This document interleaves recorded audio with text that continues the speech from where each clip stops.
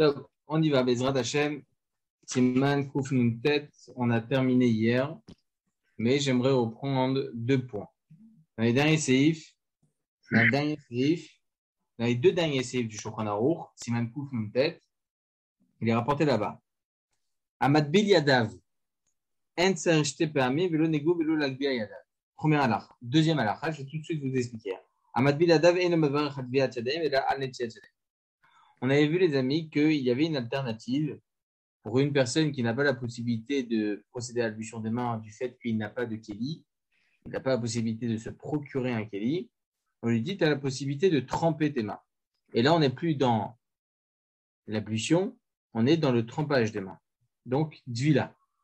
Dans la dvila, on a vu qu'il y a certains paramètres qui ont l'air un peu plus intéressants, qui ont plus, on va dire, plus de technicité, du fait est-ce qu'il faut obligatoirement une quantité minimum pour pouvoir tremper les mains dans cet étang, etc. On avait déjà tout développé. Là, il vient nous dire quelque chose. Celui qui va tremper ses mains, il n'y a pas besoin de les tremper 2-3 fois. Il suffit de les tremper une seule fois. Deuxièmement, il n'y a pas besoin de les essuyer. Troisièmement, il n'y a pas besoin de les soulever. C'est intéressant. On va essayer de comprendre pourquoi. Deuxième halakha et dernière halakha, il y a écrit ici dans le Shulchan Aruch que celui qui va tremper ses mains et ne procède pas à l'ablution des mains normale devra faire la bracha initiale, al netilat yadayim, et non pas al dvilat yadayim. Ce qui n'est pas l'opinion du Rama. Le Rama, il dit qu'effectivement, il y en a certains qui pensent que non, il faut changer le nosach de la bracha, et il faut dire al dvilat yadayim. Al dvilat yadayim. D'accord? Ou bien ashtifat yadayim. Et il dit, le Rama, il conclut en disant vechanika. Comme ça, on devra trancher la halakha.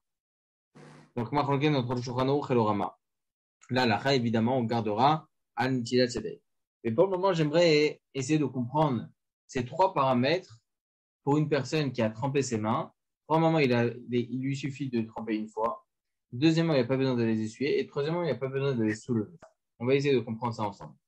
Alors, pour quelles raisons il faut un minimum lorsque l'on fait une netilat yadayim normale, il faut un minimum de 2 fois. Alors, vous allez voir dans certains poskim, ils vous disent qu'il suffit de faire une fois. Mais quand est-ce qu'il suffit de verser une seule fois sur la main? Lorsqu'on a versé une quantité plus qu'un révit. Lorsqu'on est moins que cette quantité, alors on devra être marqué de faire minimum 2 fois. Et après, le minax, c'est de faire 3 fois. Mais si on doit comprendre la raison d'être de cela, pourquoi? Pour quelle raison? Alors, écoutez bien, les amis. Écoutez bien. Vous avez dit qu'on peut faire 2 fois moins d'un révit, c'est ça, que les 2 fois un révit? Exactement. Ah, d'accord, ok. C'est pas obligatoire de faire un réveil d'un coup. Ah, c'est pas comme la bouteille d'eau, quoi. Non, il faut qu'il y ait une quantité dans ce réceptacle où il y a un réveil. D'accord? D'accord? Est-ce que, techniquement parlant, je peux verser directement un réveil? C'est ça la question. Est-ce que, techniquement parlant, je peux verser un réveil? D'accord. Même si je fais moins qu'un réveil, la deuxième fois, la troisième fois, c'est bon. D'accord, ok. D'accord? Oui. Alors, pourquoi donc on verse 2 fois minimum? On a tous la coutume de faire 3 fois. Au prochain, on le fait tous. Mais, logiquement, il nous aurait suffi de faire 2 fois si on ne verse pas un réveil. Pourquoi? Parce qu'il se peut que lorsque j'ai versé l'eau, mes mains se sont réimpurifiées par cette eau-là. Mes mains elles sont impures, mes mains vont rendre impure l'eau, et donc c'est possible que cette eau-là maintenant elle est impure. Donc je ne peux pas faire ça s'appelle pas Netilat Yadayim, qui est pour le coup potable. D'accord? Alors Chachamim, qu'est-ce qu'ils nous ont dit? Ils nous ont dit verse encore une deuxième fois. D'accord? Verse une deuxième fois. Grâce à cette deuxième fois-là qui va permettre à ce que l'eau qui s'est impurifiée va se purifier. Vous m'entendez bien, les amis, hein, on est bien d'accord? Très bien. Alors, regardez ce qui est dit le Mishnah Berurah. Ça veut dire quoi que l'eau elle s'est impurifiée? C'est-à-dire que si par exemple j'ai versé l'eau par exemple et que l'eau ensuite elle va d'un côté ou de l'autre, c'est ça, c'est une question du sens de l'eau ou même pas? C'est une question que l'eau elle peut couler sur le reste de ma main et que cette main-là, cet endroit-là, donc c'est devenu impur. Je vais vous lire les mots pour que ce soit compréhensif. La halakha nous dit la chose suivante. Im shofer al yadav revi'it bevatachat. Si on verse dans chacune des mains un revi'it, donc la quantité d'un revi'it, on le fait tous à peu près, hein. Mais Ikar Adin, selon la loi stricte, Dai Bepa Machat. Il suffirait de verser une fois, c'est largement suffisant. Au Mikol Makom Inahagenu Litol Shalosh Pamim. Et notre coutume, c'est de verser 3 fois. Donc, comment on doit le faire? On devra prendre le kili de la main droite, ensuite de le donner dans la main gauche, etc.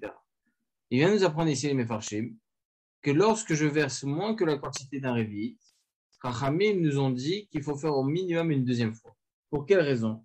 Il nous dit ici, car lorsque l'on va soulever les mains, l'eau va descendre et c'est possible que ça va réimpurifier ma main.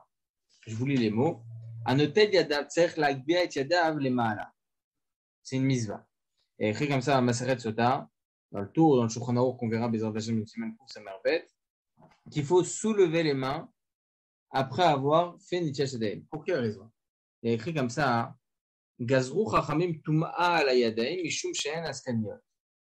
Chachamim, ils ont dit que les mains, elles sont impures parce que nos mains, elles sont, voilà, elles se baladent.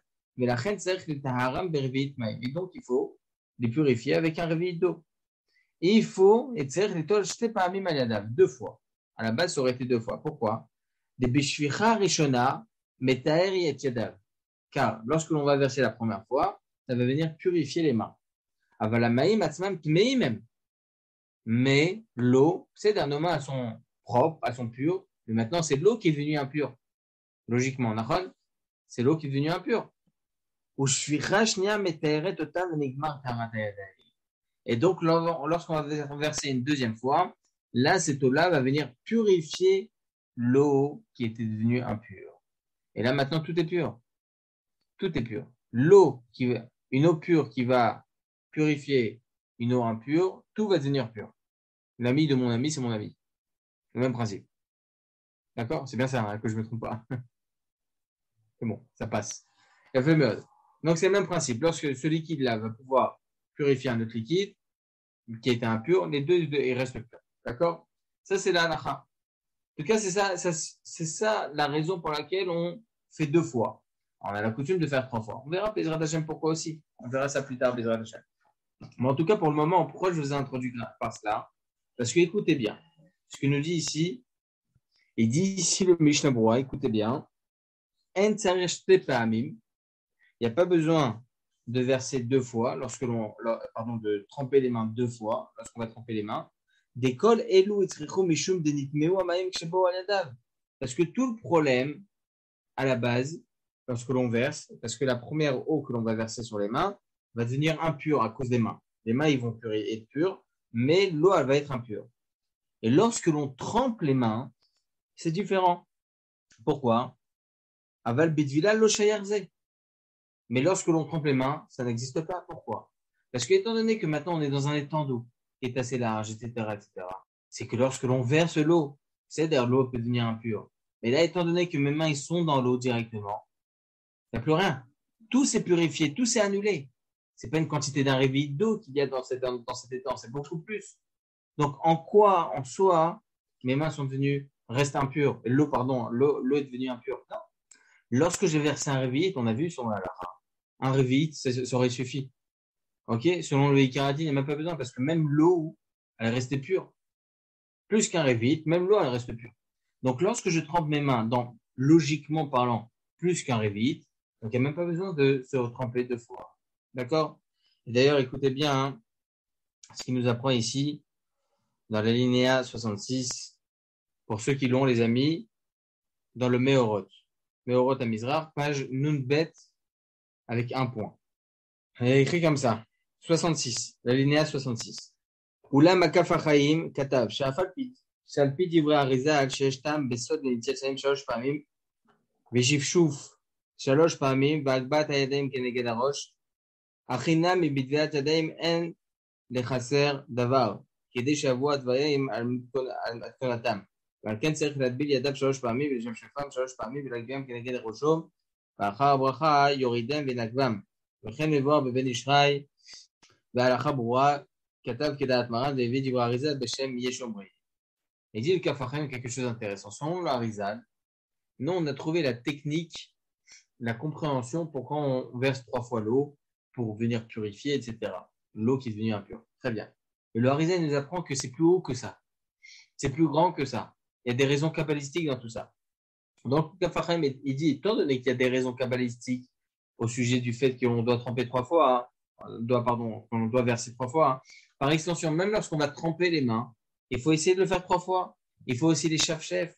Selon le Harizal, c'est important de faire comme ça avec les mains après Netilat Yadayim. Ok? Comment on appelle ça? De les essuyer. Non, pas spécialement Ah, les les essuyer, avec frotter, les les mains. frotter, les frotter, Les pardon. frotter, Chazal. Frotter les mains comme ça. Et ensuite, même lever les mains à côté de la tête. Pas au-dessus de la tête, à côté de la tête. Ça, selon le Harizal, ces 3 choses-là sont importantes. Donc, par extension, il vient nous apprendre le Kaf HaChaim. Il n'y aura donc aucune différence selon la Kabbalah si une personne va tremper les mains ou bien faire l'ablution des mains standard. Donc, selon le Kaf HaChaim, c'est important de faire attention à cela. Comme ça, c'est rapporté dans le Ben Ishraï. Mais le Halakha Broua, du Rav David Yosef, et selon Maran Avraham Ovadia Yosef, c'est le même principe. La Halakha, comme le Pshat, il n'y a pas besoin de faire tout ça. Celui qui veut être plus formé comme le Harizal, Bechavot. Mais en tout cas, c'est pas du tout obligatoire. Halakha les Maaseh. Une personne qui va à la mer, il n'a pas d'eau. Ok, il a que l'eau de mer. On va la prendre, Bezrat Hashem, l'eau de mer exclusivement. On ne peut pas prendre l'eau de mer et faire une tchatchadé. Ça aussi, on va l'étudier. Halakha les Maaseh, on pourra tremper les mains. Il suffit de les tremper une seule fois. Celui qui va être plus formé comme l'opinion du Harizal, le Kaf HaChaim Ben Ishraï, alors il trempera 3 fois les mains. Il frottera les mains, comme à son habitude, après Netilat Yadayim, lèvera les mains au-dessus de face à sa tête, et faire la bracha de Al Netilat Yadayim de cette façon. D'accord? Voilà pour ce qui est de cette halakha. Deuxième halakha que je voulais redévelopper très rapidement. Maran Ashkono dit que la bracha restera, même si on trempe les mains, on s'arrêtera à Netilat Yadayim. Le Rama, il dit différemment. Alors, il y a écrit comme ça, dans le Mishnah Berurah, le Rashba, il vient nous apprendre que la bracha, c'est quoi? Baruch ata Hashem. Elokeinu melech haolam. Asher kideshanu bemizotav betzivan. Tu nous as ordonné. Est-ce qu'on a vu cette bracha dans Chazal? Est-ce qu'on a vu la bracha de Al-Dvilat Tzadaim dans la Gemara? On l'a pas vu. Alors, qu'est-ce qui nous a ordonné? Chachamim. Chachamim nous ont jamais ordonné Al-Dvilat Tzadaim. Ils nous ont toujours ordonné Al-Netilat Tzadaim. Donc, c'est faux de dire Baruch ata Hashem elokeinu melech haolam. C'est non Al-Dvilat Tzadaim. Ça n'existe pas. Comme ça, il nous explique une Mishnah Berurah. Regardez. Et non, mevarer, she'echan tivanu al Dvila. D'où on a été ordonné de Dvila. À Valentila, c'était Vanu. On a été ordonné de faire la Nentila, faire l'ablution des mains. Ve'esh bechlal matay mané. Shimechamat chiyuv Valentila, she'stavinu anu matbilin arshav. Je sais pas ce que ça veut dire. Ah, il veut nous dire, c'est comme une expression comme ça. Il dit, c'est par le fait qu'on a le chiyuv, l'obligation de faire Netilat Yadayim, que là est arrivée une nouvelle chose de faire Dvilat Tzadaim parce qu'on n'a pas de quoi pour faire Netilat Yadayim. C'est juste ça ce qu'il voulait préciser. Ok? Tov. Mais Shomrim, donc le Rama nous rapporte sur certains possibles qu'il faut faire Advilat Yadayim. Le Mishnah Berurah nous apprend Va'acharonim iskimu kidat amechavar levarech al Netilat Yadayim. La majeure partie des Acharonim tranche comme Maran Ashkono qu'il faut faire Al Netilat Yadayim. C'est l'opinion du Rachal, du Bar, du Sharik Mesetek de du Magen Avraham, du Yarabah, du Ederech Chaim. Donc les grands Dolim Sefarad, les grands Dolim Acharonim, pardon. Vera ki mamaim psulim de Netila. Verra que les Dvila, mais Varer al Dvila Tzedem. Là, regardez comment il est Mechalek. Il vient ici nuancer le Mishnah Berurah que dans le cas où l'eau, elle est propre uniquement pour la misa de Dvila et non pas pour la misa de Netila, et donc la personne, comme par exemple l'eau de mer, on ne peut pas faire Netilat Yadayim dessus, pardon. Pourquoi? Parce que c'est de l'eau qui est impropre à la consommation, même pour un chien. Donc par exemple, on ne peut pas faire Netilat Yadayim dessus. Comment on peut faire? On peut faire Dvilat Tzadayim. Le Mishnah Berurah vient nous apprendre que lorsque l'eau elle est impropre à la consommation seulement pour Dvila, c'est-à-dire on peut l'utiliser uniquement pour la Dvila, on ne peut pas l'utiliser pour les Tila, là la bracha changera, on fera Al Dvilat Tzadayim. Alachale Maaseh, les amis, comme on verra, sa mère, Alachale Maaseh, dans tous les cas, ça sera Al Netilat Yadayim, on ne changera pas de Nosar. Est-ce que, messieurs, il y a des questions déjà sur ces deux halachot? Sur la première, j'ai pas compris la raison qu'on a dit sur la première halakha, sur le fait de se relaver les mains une deuxième ou troisième fois. Est-ce que c'est à cause du shiur, c'est-à-dire le réveil, du fait que ou est-ce que c'est à cause du fait que l'eau descend et monte? J'ai pas compris pas ça. spécialement pour ça. pas spécialement pour ça. Le fait que maintenant, lorsque je fais l'ablution des mains, l'eau qui était dans mon kéli va être sur mes mains. Pourquoi j'ai fait nettoyage des mains à la base? Parce que mes mains sont impures. J'ai touché des choses, c'est normal, etc. D'accord? Donc, devoir faire une nettoyage des mains. Mais lorsque je fais une nettoyage des mains avec mes mains qui sont impures, l'eau que je vais verser sur ces mains-là va devenir impure aussi. Ça va purifier les mains, mais l'eau va être impure. Donc, il Et n'y a donc, pas le comme vous réveil. avez dit par extension, lorsque je fais comme ça, possible que maintenant ça va descendre dans les endroits et ça va rendre impur ma main. D'accord? C'est ça tout le principe. Et donc, je vais D'accord. Parce manger que avec des mains qui sont tamées. s'il y avait un réveil d'un coup, il y aurait une seule fois, ça suffirait. Mais s'il n'y a pas un réveil, la première fois, ben, peu importe la position des mains, c'est impur, quoi. Exactement. Il faut obligatoirement, oui, exactement. C'est pour ça D'accord. qu'il faut verser une deuxième fois au minimum. D'accord. C'est bizarre que la deuxième s'associe à la première qui est impure. L'ami de mon ami. Ah, mais mon ami. Ok. C'est le principe pour tout, sinon ça aurait été infini. Ah, c'est ça. L'un va impurifier l'autre, va impurifier l'autre, va impurifier l'autre, va purifier l'autre, et ben, sera impurifié Ouais. l'infini. Comme le Kohen à Métaher, le Kohen, il va venir asperger donc, avec la vache rousse. Ok, il va venir asperger le lépreux. Lui, il va devenir impur. Comment il va pouvoir se purifier? Ouais, de telle et telle façon. Et un Kohen qui part au mikvé, il ne va pas rendre impur l'eau. Bon, ça, c'est encore pour d'autres raisons, etc. Jusque-là, c'est bon? D'accord. Parfait. Merci. Bah, au prochain. On a dit en dernier, les amis, sur Mishnah que si l'eau est propre à la misode uniquement pour Dvilat Yadayim, on fera la bracha de Advilat Yadayim. C'est ce que dit le Mishnah Berurah. Alors, à la on ne dit pas comme ça. On va voir ça maintenant. Regardez la linéa 68 dans le Meorot à Mizrach. Il dit comme ça, verra qui m'a psulim nedila, mais verra Advilat Yadayim. Oula, ma kafarim pasak, son mon kafarim. שאפילו אם הטביל ידיו במים הפסולים לטבילה, וכשרים לטבילה בלבד, ok, même si il a trempé ses mains dans de l'eau qui était pas soule pour la netila, qui était impropre pour la netila, mais par contre c'est cachère pour la tvila, comme l'eau de mer, on va dire. L'eau de mer, on peut pas prendre de l'eau de mer et faire netila des mains. On peut tremper les mains. Donc on va garder cette idée-là de la mer, d'accord? Mais varer al netila tzadaim, donc dans tous les cas, on fera la bracha de al netila tzadaim. Telle est la coutume. Et on peut déduire, même sur les paroles de Ben Ishraï, que c'est ça la lacha.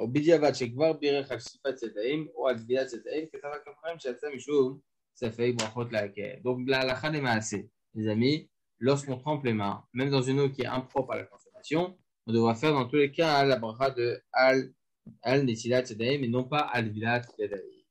Voilà, Baruch Hashem, les amis, on a fini ce siman. Bezrat Hashem, on va commencer le prochain siman. On va voir dans ce siman, Bezrat Hashem, lesquelles eaux sont cachères, les eaux, hein, les EAUX, ok, lesquelles eaux sont cachères pour la mitzvah de Netilat Yadayim, et lesquelles ne sont pas cachères. Alors, il y a écrit comme ça, on verra ça aussi, c'est dans la Masachet Yadayim, hein, c'est une Mishnah, mais je vous lis tout d'abord le Shulchan Aruch.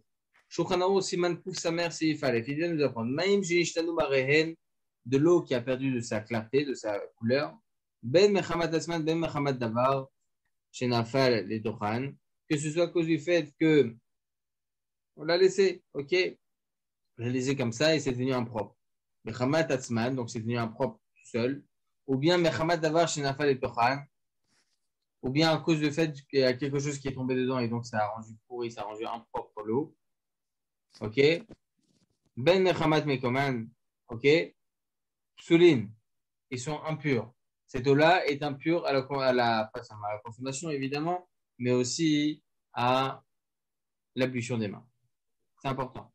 Est-ce qu'on va associer une eau qui est impropre à la consommation à la rendre caduque par extension pour la mise de l'ablution des mains? Ça va être ça la question. Est-ce qu'on associe tout ce din-là? En tout cas, il vient nous dire ici, Maran Shulchan Aruch, que si l'eau maintenant est impropre, on ne peut pas faire un nettoyage dessus. Si maintenant, Ben Mechamat Mekoman, Ben Mechamat Davar Shenafal Meletochan, Ben Mechamat Mekoman, que ce soit du fait qu'il y ait quelque chose qui est tombé dedans, ou bien toute seule, c'est devenu maintenant impropre à la consommation, Par extension, ça deviendra impropre pour la Netilat Yadaï. D'accord? Il a fait mieux.